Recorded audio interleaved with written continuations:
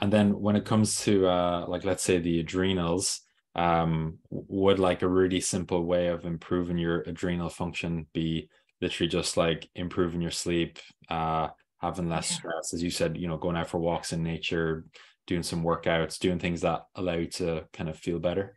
Absolutely. And then eating foods that are rich in the B vitamins, rich in vitamin C. So I suppose if you take in a couple of things, so environmentally, let's reduce our stressors, whatever those stressors are, lack of sleep that we talked about. So you might have to introduce sleep hygiene there. Um, so reduce your stressors as much as possible, and then relax the body as much as possible, and bring in foods and nutrients that we know support adrenal health. So these would be your B vitamins, your C vitamins, or your vitamin C, etc. So foods, just Google that, foods high in vitamin C, foods high in B6 and B12 and other B vitamins, and you're on the really good path there as well. And stay hydrated, because if your cells are dehydrated, that's a stress on the body. So the stress response, a stress on the body will initiate the stress response. So anything that's a stress, or any infections you haven't dealt with, deal with them.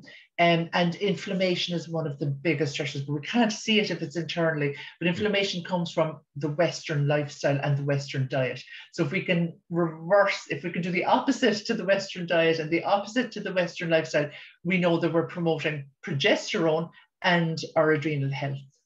Yeah, amazing. And like there's so many different things that contribute to being inflammatory. And obviously stress would be a big one. Not having that much sleep would be a big one.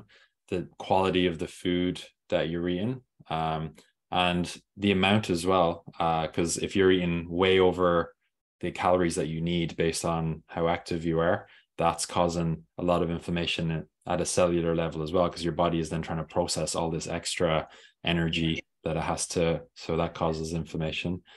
Yeah.